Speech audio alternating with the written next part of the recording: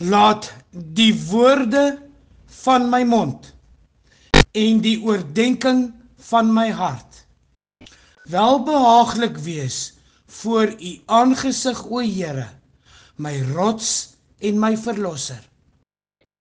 Vader, u woord is ons lig, u stem is ons kompas en vertroosting. Maak ons ore oop, dat ons kan hoor wat u sê, en nou ook vir ons gaan sê. Heilige Gees, Ruach HaKodesh, wees u nou die spreker, plaas 'n kool vuur op my lippe, sou ek spreek wat nie van die Vader is nie. Prins en prinses van Yahweh Elohim, ek bring vir u fees van die transfigurasie van Christus, Ha-Amara in Hebrews, glorification in Engels. My skriflesing wat aansluit by hierdie tema vind ons in Lukas 9 vers 28 tot 36. Ek hou vir u voor uit die kosbare woord van God, die Bybel, die Ruach asem. Die verheerliking. En omtrent 8 dae na hierdie woorde het hy Petrus en Johannes en Jakobus saamgeneem en op die berg geklim om te bid. En terwyl hy bid, het die voorkoms van sy aangesig anders geword as sy klere, skitterend wit. En daar was 2 manne in gesprek met hom. Dit was Moses en Elia. Hulle het in heerlikheid verskyn en van sy uitgang gespreek, wat hy in Jerusalem sou volbring. En Petrus en die wat saam met hom was deur die slaap oorweldig, maar toe hulle wakker word, sien hulle sy heerlikheid en die 2 manne wat by hom staan. En toe hulle van hom weggaan, sê Petrus vir Jesus, Meester, dit is goed dat ons hier is. Laat ons dan 3 hutte maak, 1 vir u, 1 vir Moses en 1 vir Elia.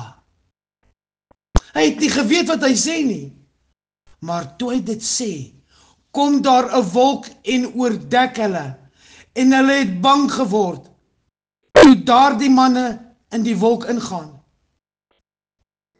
En daar kom 'n stem uit die wolk wat sê, dit is my geliefde seun, luister na hom. En nadat die stem gekom het, was Jesus daar alleen. En hulle het geswyg en aan niemand in daardie dae iets vertel van wat hulle gesien het nie. Tot sover dan ons skriflesing. My teksvers waar ek op wil sentreer in hierdie boodskap, gaan ek vir u herhaal, is vers 33 tot 36. En toe hulle van hom weggaan, sê Petrus vir Jesus, Meester, dit is goed dat ons hier is. Laat ons dan 3 hutte maak, 1 vir u, 1 vir Moses en 1 vir Elia. Hy het nie geweet wat hy sê nie. Maar toe hy dit sê, kom daar 'n wolk en oordek hulle, en hulle het bang geword. Toe daardie manne in die wolk ingaan. En daar kom 'n stem uit die wolk wat sê, dit is my geliefde seun, luister na hom. En nadat die stem gekom het, was Jesus daar alleen. En hulle het geswyg en aan niemand in daardie dae iets vertel wat hulle gesien het nie. 33, 34, 35 en 36 gaan ons mediteer in bietjie in diepte deur die Heilige Gees. Daarna kyk en vir ons 'n betekenis van hierdie wonderlike, geestelike, heilige gedeelte uit Lukas 9. Geliefdes in ons Here Jesus Christus, hierdie ongewone toneel wat afspeel in ons teksvers is meer evokatief as beskrywend. Alhoewel die besonderhede daarvan nie 'n volledige prentjie of 'n volledige verduideliking verskaf nie, is dit 'n kragtige, betekenisvolle oomblik in die evangelie. Dit het my aangegryp toe ek dit lees. Absoluut my oorweldig. Die toneelse posisie binne die algehele sweep van Lukas help om die betekenis daarvan te openbaar.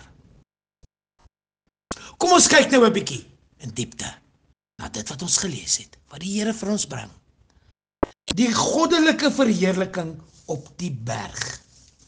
Hierdie verheerliking bevestig Jesus se begrip van sy lot. Die begrip van Jesus sy lot in Jerusalem. Moses en Elia, twee profete uit Israel se geskiedenis, wat elkeen ook met God ontmoet bo-op 'n berg in verheerliking, praat oor wat Jesus moet in Jerusalem doen. Die voorkoms van hierdie twee syfers kan ook dien as 'n ego van Bybelse beloftes oor toekomstige dae. Ek hou vir u voor uit Deuteronomium 18 vers 16 tot 22. 'n Profeet uit jou midde, uit jou broers, soos ek is, sal die Here jou God vir jou verwek. Na hom moet julle luister, net soos jy van die Here jou God by Horeb gevra het, toe jy op die dag van die vergadering gesê het, ek kan die stem van die Here my God nie langer hoor en hierdie groot vuur nie, maar sien nie, anders sterf ek. Toe het die Here vir my gesê, dit is goed wat hulle gespreek het. 'n Profeet sal ek vir hulle verwek, uit die midde van hulle broers, soos jy is, en ek sal my woorde in sy mond lê, en hy sal aan hulle sê, alles wat ek hom beveel. En die man wat nie luister na my woorde wat hy in my naam spreek nie, van hom sal ek self rekenskap afeis. Maar die profeet wat so vermetel is om 'n woord in my naam te spreek, of wat in die naam van ander gode spreek, die profeet moet sterwe. En ja, as jy in jou hart sê, hoe sal ons die woord weet wat die Here nie gespreek het nie? As die profeet in die naam van die Here spreek, en wat hy gesê het, gebeur nie, en kom nie uit nie, dan is dit die woord van die Here nie gespreek het nie. Deur vermetelheid het die profeet dit gespreek. Jy mag vir hom nie bang wees nie. Tot sover dan uit Deuteronomium 18. Die transfigurasie gaan nie oor nie. Aanmoediging bied aan Jesus. Dit gaan oor die opdrag van die disippels wat dit aanskou. Die stem uit die wolk, Jesus het pas vir die eerste keer sy lyding, dood en opstanding voorspel en het 'n radikale oproep gerig aan diegene wat poog om sy volgelinge te wees. Ek wil vir u nou lees uit Lukas 9 vers 18 tot 27. Die belydenis van Petrus. En toe hy besig was om alleen te bid, was die disippels by hom. En hy vra hulle en sê, wie sê die skare is ek? En hulle antwoord en sê, Johannes, die doper, en ander Elia, en ander dat een van die ou profete opgestaan het. En hy sê vir hulle, maar julle, wie sê julle is ek? En Petrus antwoord en sê, die Christus van God. Toe gee hy hulle 'n streng bevel en gebied hulle om dit aan niemand te bevertel nie. En hy sê, die seun van die mens moet baie ly en verwerp word deur die ouderlinge en die owerpriesters en die skrifgeleerdes en gedood word en op die 3de dag opstaan. Hier is die eerste aankondiging van die Via Dolorosa, Golgotha, Magpela en die opstanding. Hy is op die punt om sy reis na Jerusalem te begin, waar hy doodgemaak sal word. Hulle moet weet dat wat gaan gebeur deel is van wat Jesus op aarde kom doen het, waarom sy Vader hom gestuur het. Vlees, gees word vlees, mens op aarde. Vers 33, meneer, dit is goed vir ons om hier te wees, en laat ons 3 hutte maak, een vir u en een vir Moses, en een vir Elia, sonder om te weet wat hy gesê het. Dit verkondig Petrus wat hierdie 2 op dieselfde vlak stel met Christus, wat nie gunstig deur God gelyk is nie. Vers 34 se verduidelik, terwyl hy so gespreek het, het daar 'n wolk gekom, dieselfde as wat die kinders van Israel in hulle woestynswerwing gelei het. Die wolk wat hulle in die dag gelei het, en die vuurkolom in die nag. En ook dit wat oor die tabernakel gerus het.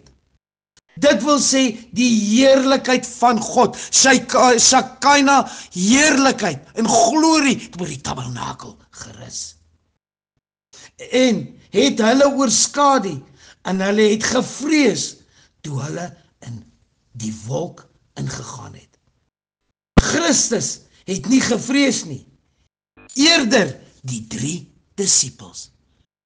Daarom dan, luisteraar, man en vrou van God, dieselfde wolk wat op hierdie berg van Petrus en Moses en Elia in Jesus verskyn, dieselfde wolk.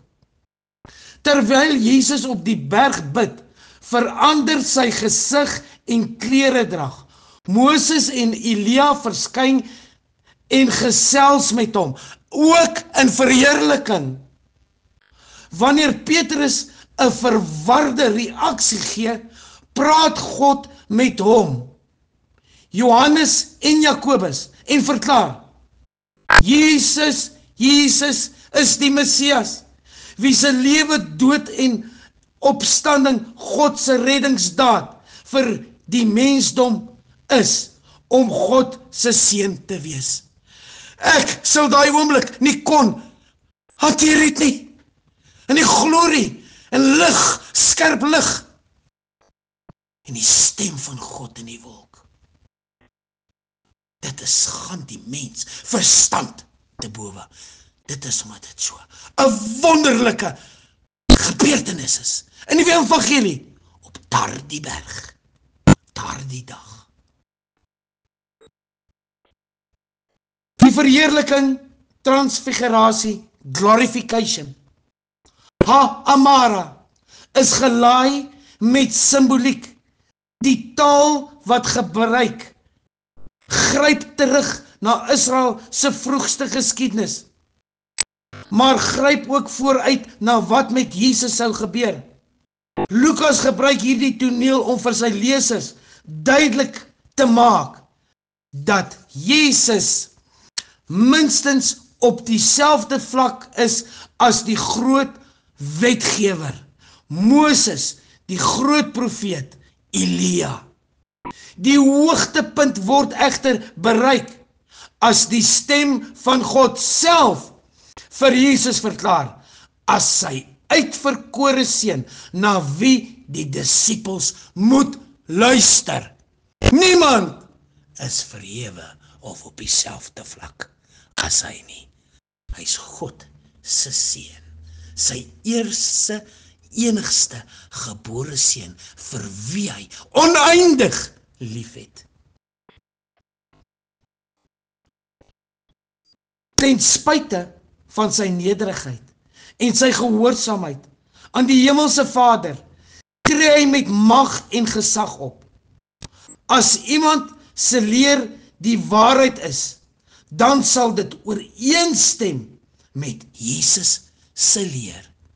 Daarom dan, die leerstellinge van vandag, in ons gemeentes, wat verkondig word, Sabbat vir Sabbat, moet ooreenstem met die leerstelling van Jesus en die Ruach asem, die kosbare Bybel, die woord van God.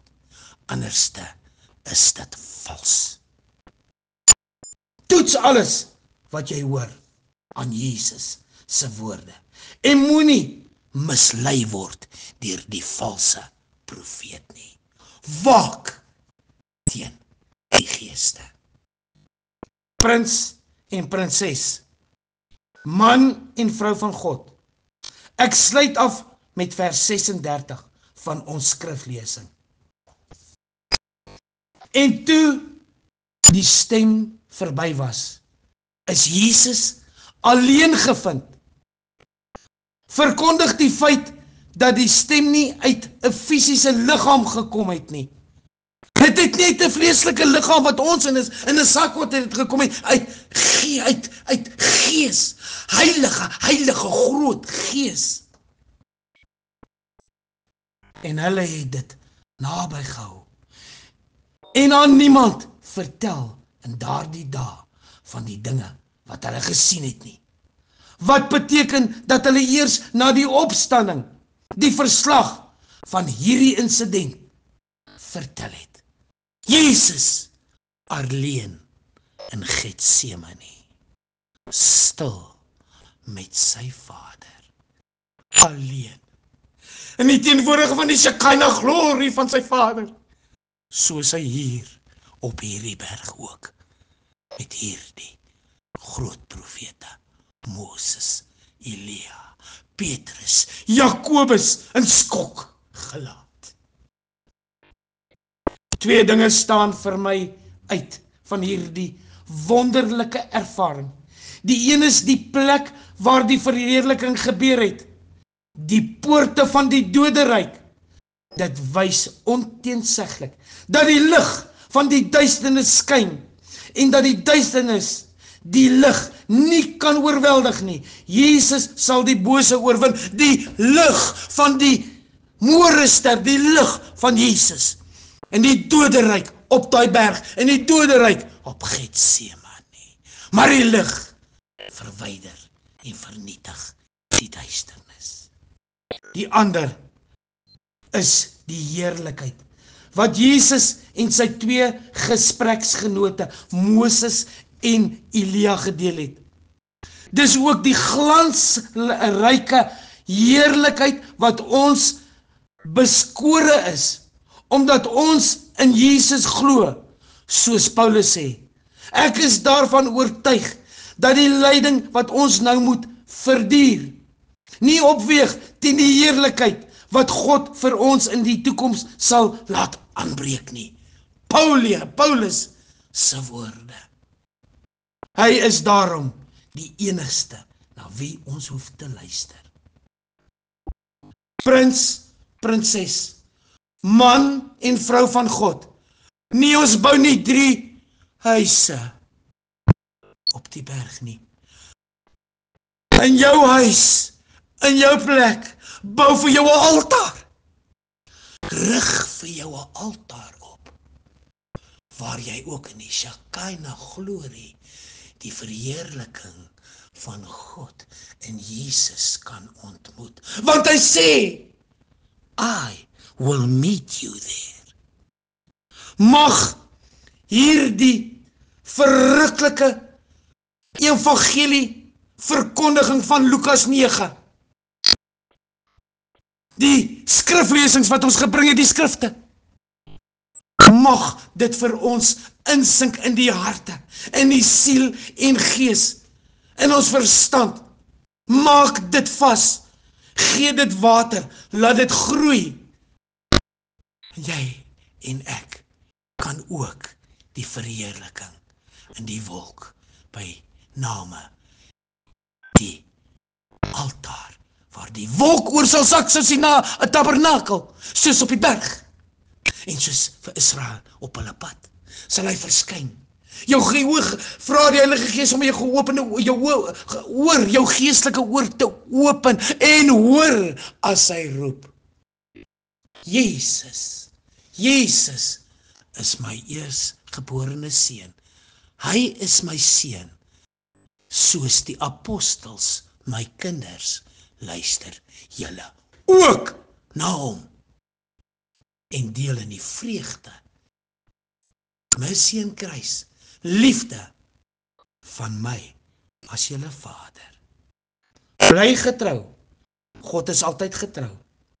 Shema Gadol Elohai, how great is our Lord.